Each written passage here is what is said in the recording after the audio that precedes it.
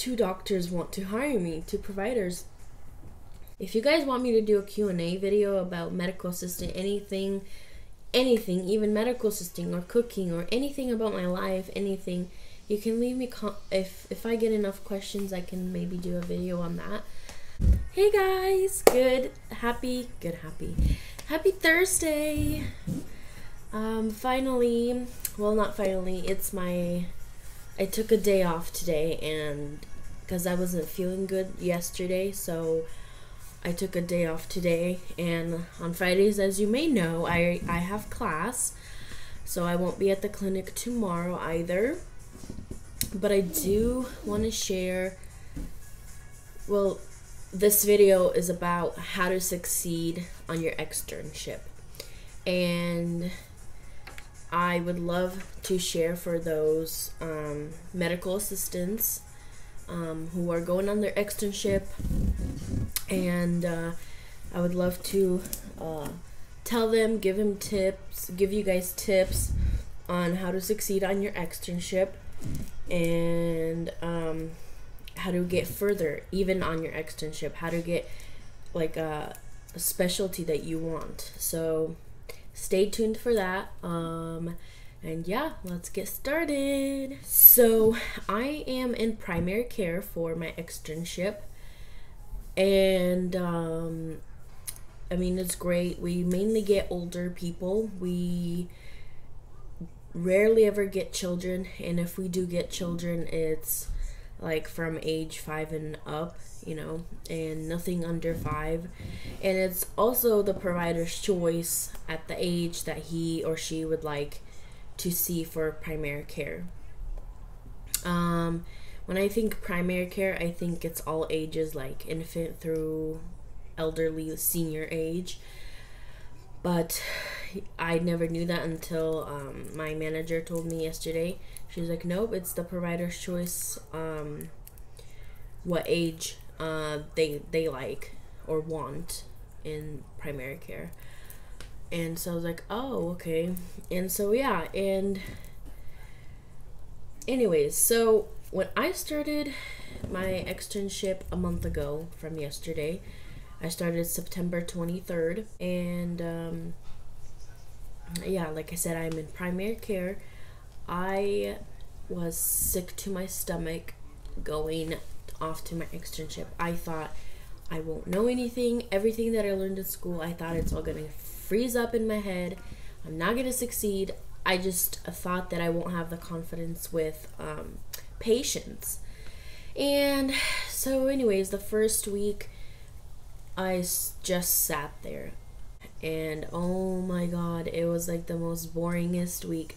Plus I start at 8, so I wake up at 7. I wasn't used to the early hour. That's the thing. That's one thing that also killed me. It took me a good week to get used to the time. So yeah, the first week I just watched, and I didn't do much, and that was really boring. And like, you can watch, but you don't really learn. Once you do it, then you learn. Once you do it yourself, then you can learn.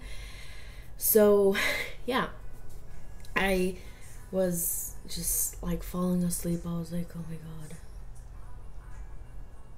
Yeah. So then the second week, she let me just call the patients in. My preceptor, I'm so blessed to have such a good preceptor. She's patient. She gives you time. She doesn't rush you if you don't feel confident. So that's the one thing.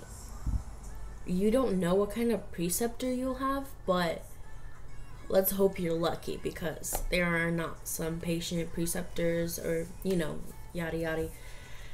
But yeah, so she was really patient with me, and she was like, if you feel confident, if you feel like you could do it, go ahead. If you don't feel ready, don't do it. And so I was like, okay. So the second week, I just started calling in the patients, and she would do the computer stuff. And like, that kind of slowly brought me into feeling more confident. And the third week, I believe, I had training for the Epic, for the computering. in the main hospital, because this is just a clinic that I'm in. So I went to the main hospital for a week, and I was less than a week, and I was learning, how the system works, how to put the vitals in the computer for patients and all that stuff. And so I learned that, and even before my training, she already taught me how to put the basic stuff in the computer, so that was kind of helpful. And so anyways, after I came from the training, she the very first week, she's like, okay, you can room the patient and I'll just stand by you and while you do the computering, and then I could guide you if you need help. So I'm like, sure. So I room the patient, I do the computering stuff, and then after the third patient, I'm like, I'm good, I got this. And that made her really happy. They trusted me. So the key is to really feel confident. Really try and feel confident. I was sick to my stomach. I thought I'm not gonna do well. But hopefully your preceptor lets you start little by little, not just push you in there, because in my past experience, not in just this role, but other, I did office jobs, which I really hate administration, front desk, I just can't. So anyways, and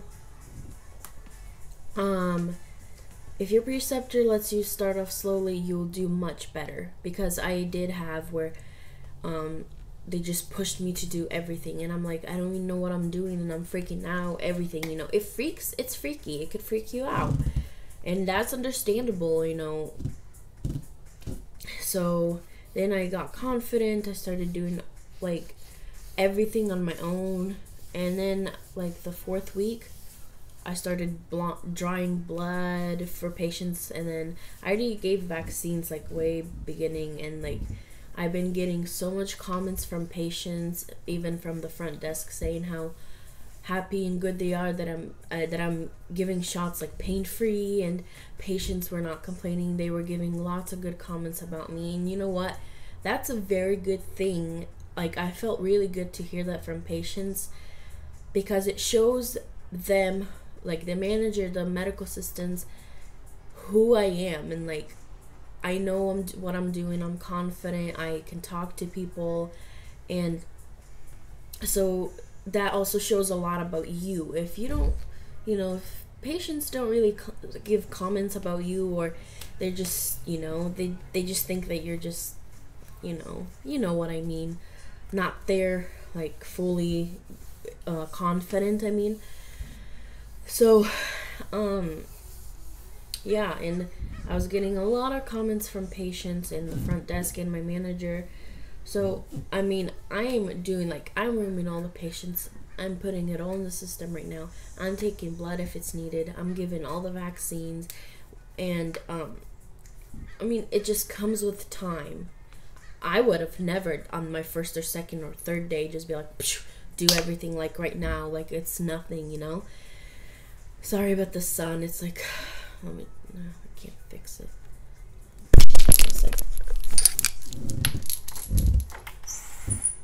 Oh, there. Whoops. There you go. So yeah,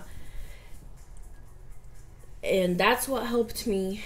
My tips are, when you do start, tell your preceptor, hey, can I please just watch you for a week at least? Just watch you for 3-4 days. And then start off slowly, and then start off just by bringing the patient back to the room, and then watching the MA do the computering. Just start off like that, and then if you feel like you can do the computering yourself, start yourself. Just also have your preceptor beside you. I didn't have a problem having her beside me. It freaks out some people, they get more nervous. Thankfully I didn't feel that way. But yeah, so if you could do that, that's great. And just, take it easy. Baby steps, like they say, baby steps. So, yeah. And I also got great news. I've been working hard. I mean, the third week of the externship, I got really sick. I got a big cold where I just was congested here. I couldn't breathe. I couldn't taste my food. I lost my voice nearly, a headache, and it was just like coming out on its own. Yeah. So I was so sick. I still made it to the training of the computering, but the next day I could not come in. I was sweaty. I had a fever, so that's the day I missed. And they were very understanding. And it's so I got rest. And then yesterday I was not feeling good after lunch, cuz my preceptor doesn't work on Wednesdays like I said. So I'm with the other medical assistant. So I was rooming all her patients. I was on it, doing it all. And then after lunch, I just got queasy. I was not feeling good. I don't know what it was. I couldn't even stand. I was like sick to my stomach. And I think I had a little bit of problem down there, So, yeah. And then, and it's also the time of the month. So that on top. So I didn't feel good, and the manager was in the room. She's like, just go home, and she understood me. But before that, guys, since they really, really liked me, they said something about hiring me, and I wasn't sure because they wanted me to be a float through clinics and like the hospital, drive around, and I wasn't sure if I wanted that because different providers want different things, and driving around is kind of hectic. So I didn't want that. I just wanted to stay in one specialty. So that day on Tuesday, my manager, she was in the meeting in the main hospital. So she was gone on Tuesday, and yesterday she was back, and she's like, I have good news for you. I'm like, Before I went home, before she even knew that I got sick, she's like, I got at the meeting, she told me that she gave in a good word about me. She's like, we have this rock star MA student in our clinic. She's really fast and all that stuff. And I was like so happy to hear that because 2 doctors want to hire me already. One for for family care, and one for cardiology. I was so happy, and she said that they both want you, and they're both kind of like fighting about you. And I was like, what? No way. I was so ecstatic and happy to hear that. It made me so happy because I was hoping to get hired somewhere and I didn't know where. And now 2 doctors want to hire me, 2 providers. And so I was so happy. And then when I was leaving home, she's like, oh, by the way, I just got another phone call from GI. They also want to hire you. I'm like, what? So I have 3 options to make. I was so happy. I was like, no way, this is like God's work. And so I went home. She told me she's like, take your time and choose what specialty you want. And then today she was supposed to help me apply, but I made up my mind. I want to be in cardiology, so I'm really happy about that. And I told the medical assistant, I told her to tell the manager that I'm interested in cardiology. And she's like, okay. So they told me that cardiology it is. So I'm so happy. Thank you, Jesus. So yeah, I'm really happy about that. I mean, blessing after blessing. I'm just so happy. I was never this confident in my life. You just have to believe in yourself. I never left home early. I never came into work late. I always came in 10 minutes early.